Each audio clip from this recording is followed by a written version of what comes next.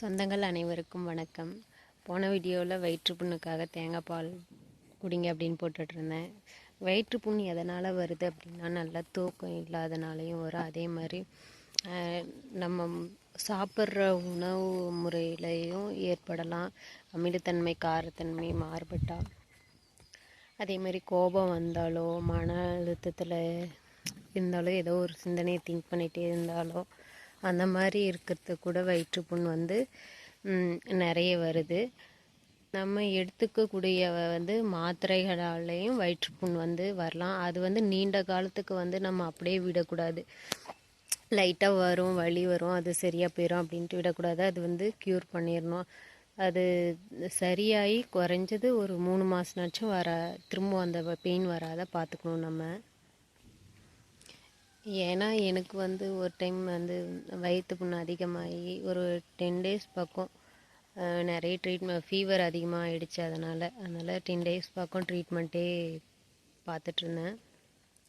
அதனால தான் சொல்கிறேன், லைட்டாக இருக்கும் போதே எல்லாம் அதை கேர் பண்ணி வீட்லேயும் எவ்வளோ முடியுமோ அவ்வளோ சரி பண்ணிக்கோங்க.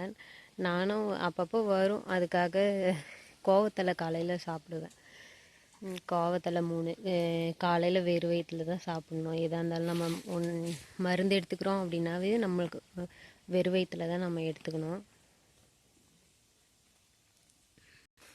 அதே மாதிரி கொம்பு மஞ்சள் இருக்குல்ல, அது நல்லெண்ணெய் விளக்கில் சுட்டு எவ்வளோ மஞ்சள் எடுக்கிறோமோ அதளவுக்கு சீரகம் எடுத்து நல்லா வறுத்து நல்லா இடித்து தேன் கூட குழச்சி சும்மா ஒரு குட்டி நெல்லிக்காய் சைஸ், நம்ம வீட்டு நெல்லிக்காய் சொல்லுவோம்ல, அந்த சைஸில் நம்ம ஒரு நாள் விட்டு ஒரு நாள் 3 நாள் தொடர்ந்து சாப்பிட்டு வந்தாவே ஆரம்ப நிலையில் இருக்க வயிற்றுப்புண்ணாக இருந்தால் சரியாக போயிடும். அதே மாதிரி நிறைய இருந்துச்சு அப்படின்னா நம்ம தேங்காய் பால் டெய்லியும் குடிச்சிட்டு வரலாம். அதே மாதிரி காரமும் சாப்பிடக்கூடாது. நம்ம மருந்து எடுக்கும் போது டீ தவிர்த்துடணும்.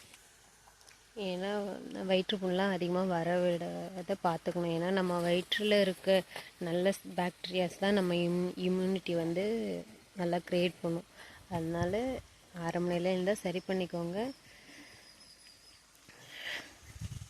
வயிற்றுப்புண்ணு தானே அப்படின்ட்டு ரொம்ப கேர்லெஸ்ஸாக இருந்துடாதீங்க. நான்லாம் ரொம்ப கஷ்டப்பட்டுட்டேன். நீங்களாம் லைட்டாக இருக்கும் போதே பார்த்துக்கோங்க. அடுத்த வீடியோவில் பார்ப்போம். பாய்.